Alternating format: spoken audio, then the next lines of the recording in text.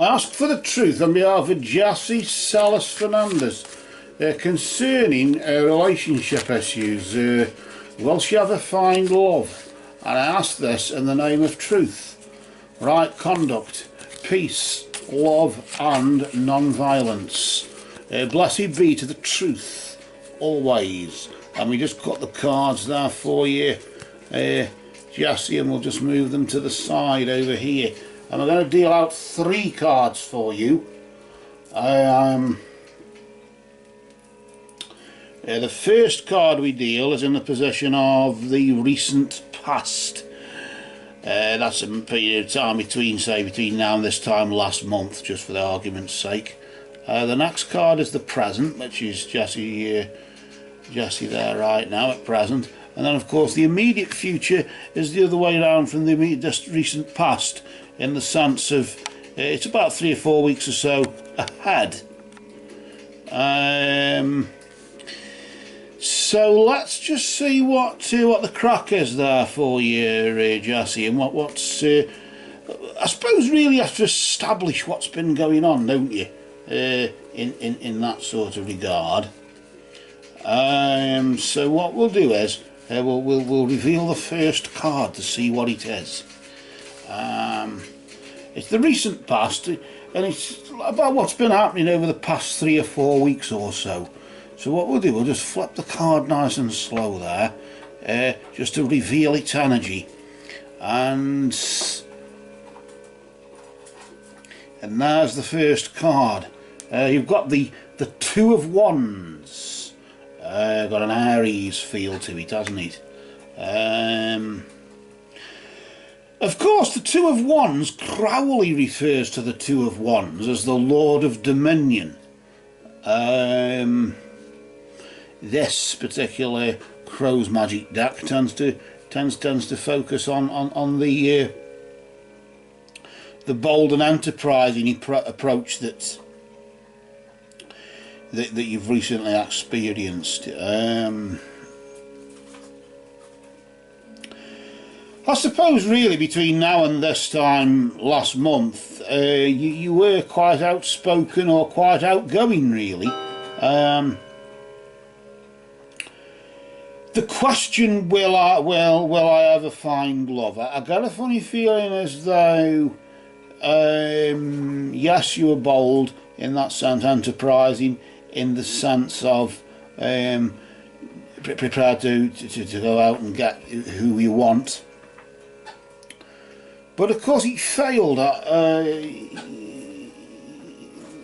in the sense of how you imply.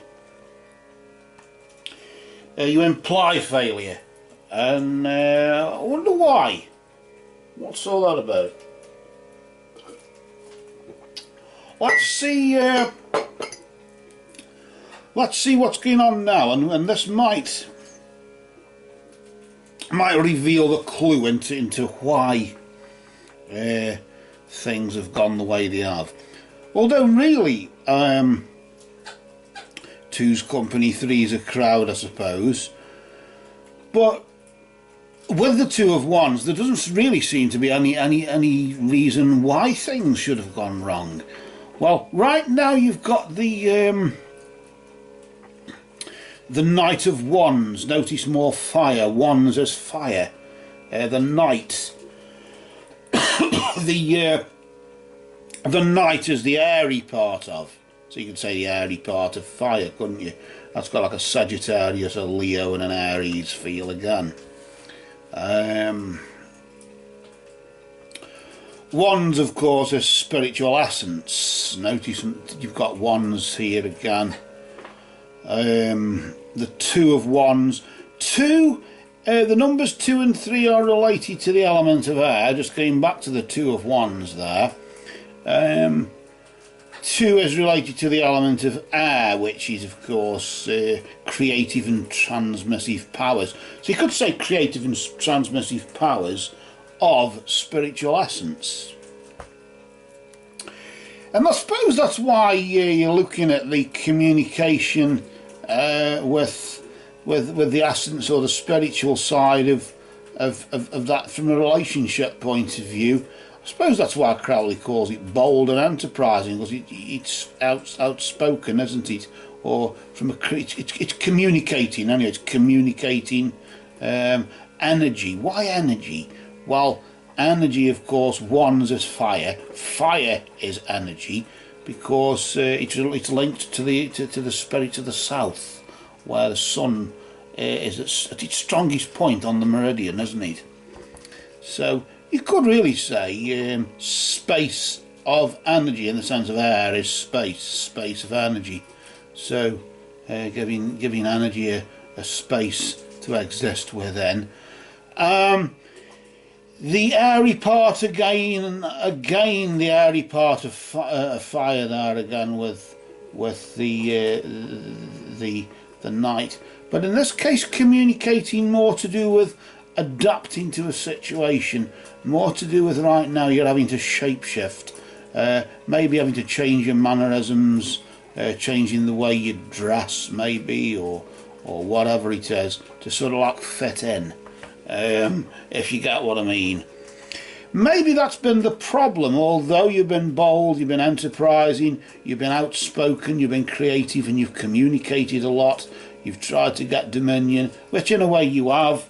You've got control over the situation, but nevertheless you haven't been able to adapt, because two's company, three's a crowd, as we know, but two's company, and of course it takes two to tango, and if you're not going to do this dance properly, they're not going to dance with you.